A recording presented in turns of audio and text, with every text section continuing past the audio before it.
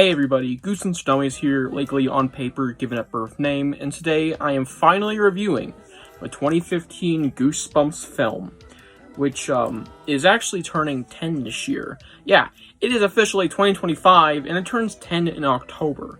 That is crazy to think, but I decided I'm going to review it now, because I don't want to wait until October, let alone I have other plans, maybe a Halloween ranking or something then, but also because it is the Fuck It review month, and also because the season 2 of the new Goosebumps show comes out tomorrow, as I'm recording this. I don't know if this is getting out today. I'm hoping it does, because it might fuck up my schedule. It might have to come out later or after all my reviews season 2. We'll have to wait and see, but the plan is before.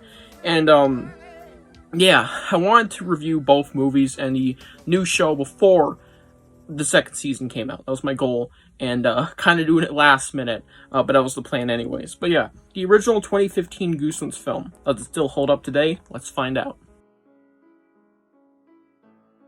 And now for the blurb. After moving to a small town, Zach Cooper finds a silver lining when he meets next-door neighbor, Hannah, the daughter of best-selling Goosebumps series author R.L. Stine.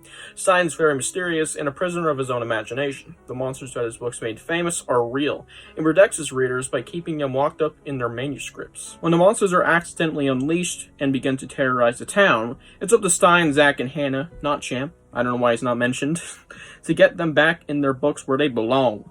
Okay. Yeah, let me tell you, this holds up really well, and I'm going to be honest.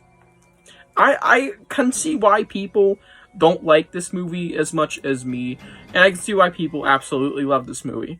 And I'm kind of semi-in between, mostly when it comes to rewatching it. I know it basically scene for scene, so I am, fit to review this thing. But it's not going to be great as the first time watching it, but I'm going to be reviewing it generally just as an experience. Is it a good movie? Let me tell you, it's quite a good movie. So let's get to my positives. The movie is fun. This is the most straightforward, point-blank positive I can say about this movie. It is a fun family film for the whole family. Kind of got that from the word family, but yeah. It's fun. I think I don't need to describe it, because I'm pretty sure we've all seen this movie, but there's lots of good sequences. There's some nice humor. There's some jokes that still crack me up, like the what a file joke, keeping it vague. Don't want to get demonetized. Not that I make money, but I wish. That'll be really nice. But, there's some good fucking jokes in here. Some that literally make me audibly laugh sometimes still, like that one joke I mentioned. There's some neat acting as well. The acting really sells some of the humor and just how fun it is, especially with Jack Black, and I believe the main character, Zach Cooper, is pretty funny. I was like, Champ, he has some funny lines and moments in the movie, but overall, the movie's really fun, and acting helps it out. And acting is its own thing. I mean, the actors are great here. I arguably say, this might be a hot take, I think the best actors I've seen for Goosebumps are actually in the 2023 show. I'm not kidding. Whether you hate it or not, I think we can all agree the acting in that show was fucking top tier. Like, it was really good.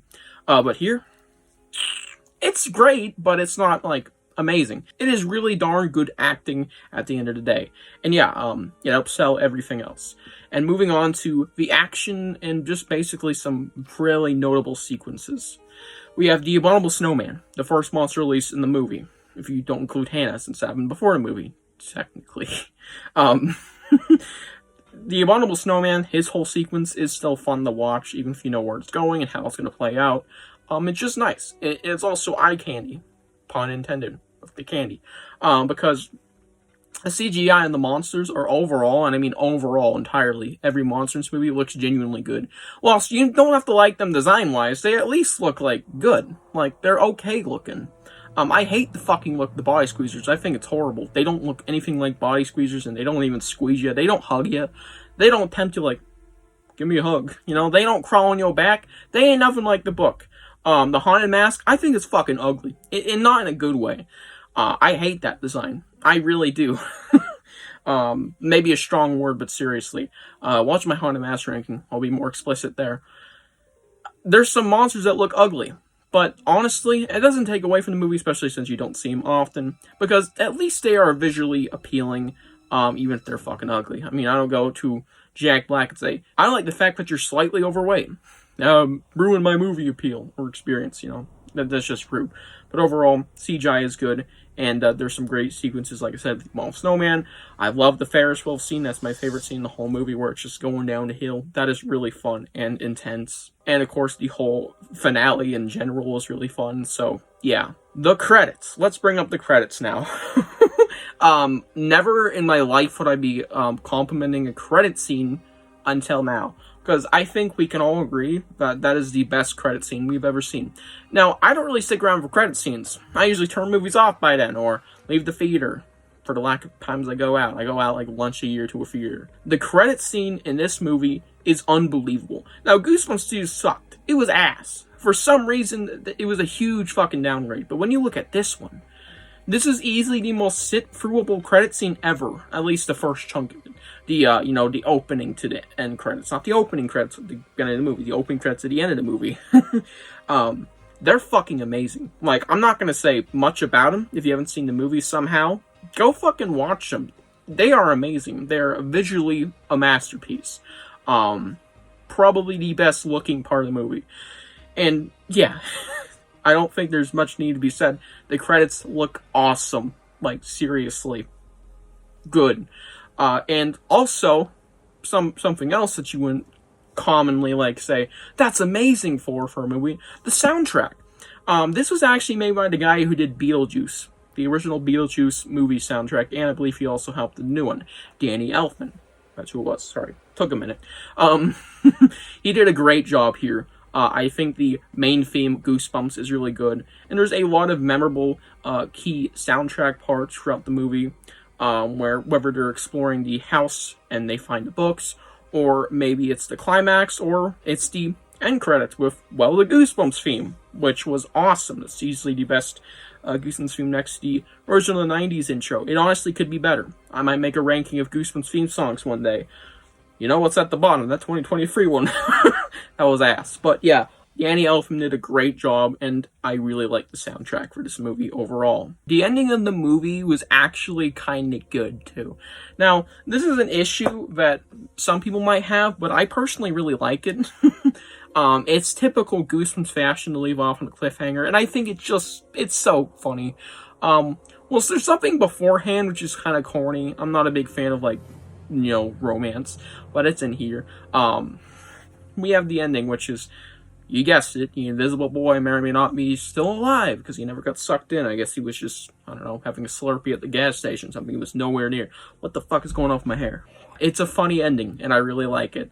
As well as, finally, just the general concept of books. I think it is so fun. Yes, it's Jumanji ripoff. I get it. The whole idea of the movie is that's fucking Jumanji. It's been said and done multiple times, actually. The sequel did it as well. So there's 2 of these Goosebumps Jumanji rips-offs. I don't think it's bad. I think it's a genuinely fine concept, and I'm glad we actually dunked it for the new show, because in the show format, I don't think we need to see that anymore. I think it'll get old really quickly if we go into a 4th film. But I think for the 2 movies we got, it's a fine concept. I think it's just whimsical and silly enough for a family-friendly film. It's good. It's really good. And generally everything else, how they utilize the monsters, and how the plot goes about, all the ideas thrown in the plot, really good. Also, there's something to like about the second draft script more of the movie, or first, I can't remember. Overall, the movie we got at the end of the day had really good ideas thrown in there. And yeah, let's move on to the downsides. These just have to do with plot, and they're fairly small ones, except for this one glaring issue that, it just kind of bugs me whenever I think about it. It's one of those things about the Goosebumps movie that just holds it back from, if you can even forget anything else, you just forgive any other issues you might have, you can't forgive this issue. There's a giant fucking plot hole in this movie, and it makes no sense. No sense. And it really bugs me whenever I think about it. It's just we could have had that perfect movie, but just that happened.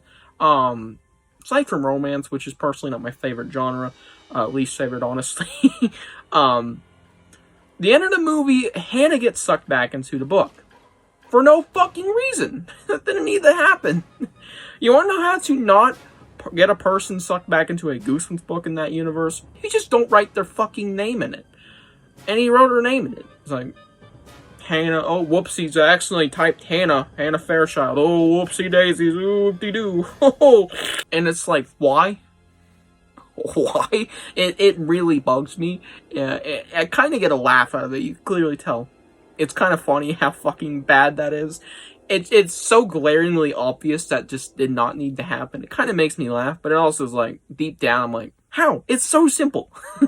It's such a simple thing to not fuck up is a little plot hole. I don't know. I know it's for plot convenience sake to not go over it and be like, wait, why'd you even write her name in there? Cutscene, type shit. But, it's still just like, you could have figured something out. You didn't have to do that. It didn't make any fucking sense. It's a glaring issue. But yeah, the big plot hole of Hannah being sucked back into the book for absolutely no fucking reason other than plot convenience.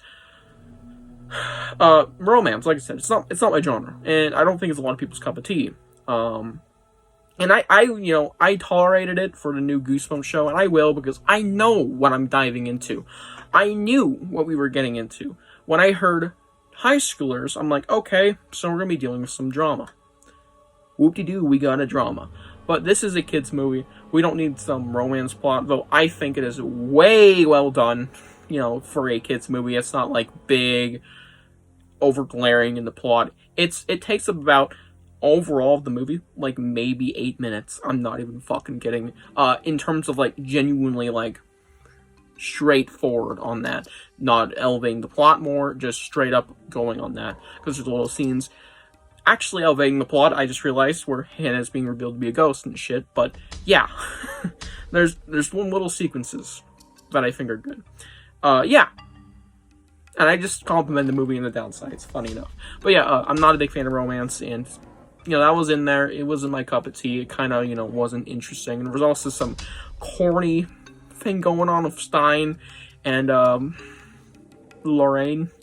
Let's not talk about that. I wasn't for that, but it happens. Still not my favorite thing about that movie. But yeah, those are my issues aside. I can honestly forgive the love stuff. I get it. It's a movie. It's gonna have more than just monsters are on the loose. Let's band together. We barely even know each other. Let's kill them. Overall, it was a really good movie, and I think it gets too much hate nowadays, honestly.